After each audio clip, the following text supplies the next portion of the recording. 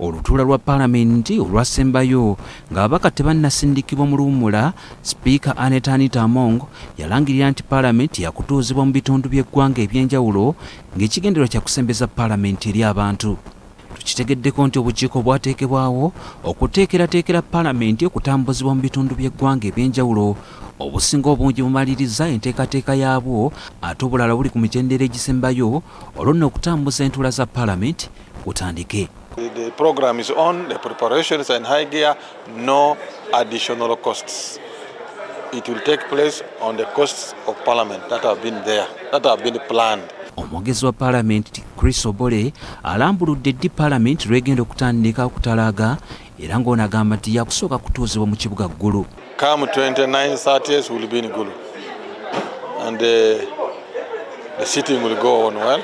So tugenda kubeera n'entuula ng'ezo, tugende tulambula abaana mu masomero, tubannyonnyole Paalamenti kyeki, kwajja emiti egijja kutuula mu bifo bino, then n'emiti tujja kusimba. Obuladde bino biri biti wali ababaka ba Paalamenti abakyawakanya enteekateeka eno nga bagamba nti ekyokutuuza Paalamenti mu bitundu by'eggwanga eby'enjawulo kigendereddwamu kudiibuuda nsimbi ya muwa musolo. Sooka nze saakiwagira era sijajjukiriza kibayita okuspendinga ssente nagatola expenditure egenda kuba ku bubaka ba Paalamenti, because that means ababaka ogenda batambuza obalabirire obasuze mu mahoteri. Kyasinze butaagala kudiibuuda ssente ya muwi wa musolo, so okuba nti nno ekyandibadde kikolebwa wano kikolebwa eggulu, ensaasaanya eba yanjawulo, so simanyi kiyinza kuwaliriza nsaasaanya eyo yanjawulo nti kiteesebwa bulungi nga mutudde eggulu newe mutule Kampala temukiteesaako bulungi. The question I would ask them,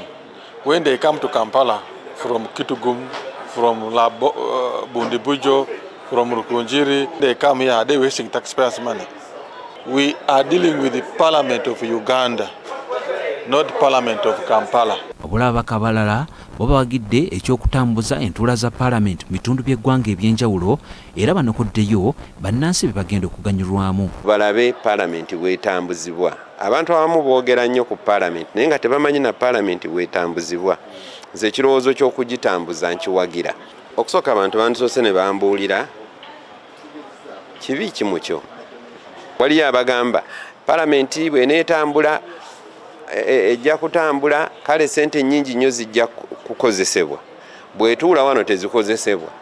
Ate ndowooza nti n'abantu beesunze nnyo okulaba ku Paalamenti mu bifo eby'enjawulo.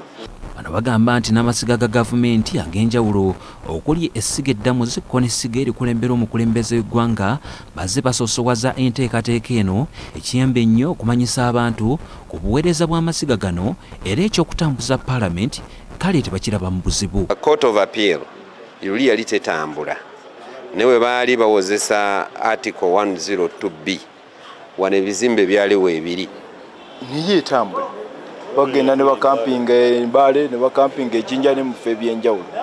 Kabineti yennyini ogenda okuwulira nti leero eriko Ntebe, nti baabaddeko Ekyankwanzi, simanyi baabadde Lwakituula, simanyi baabadde Kisozi. Tukitegeddeko nti ensimbi zonna ezigenda okukozesebwa mu nteekateeka eno ey'okufulumya Paalamenti etuuzibwa mu bitundu by'eggwanga eby'enjawulo. Ensimbi ezo zayisibwa Paalamenti gye buvuddeko yadde nga ababaka abamu bakyakikubamu ebituli nga bagamba nti enteekateeka eno egendereddwamu kudiibuuda nsimbi wa musolo ate abalala bakyewagira bya nsusso. Joseph Seruwoza, BBS Terefayina, Paalamenti.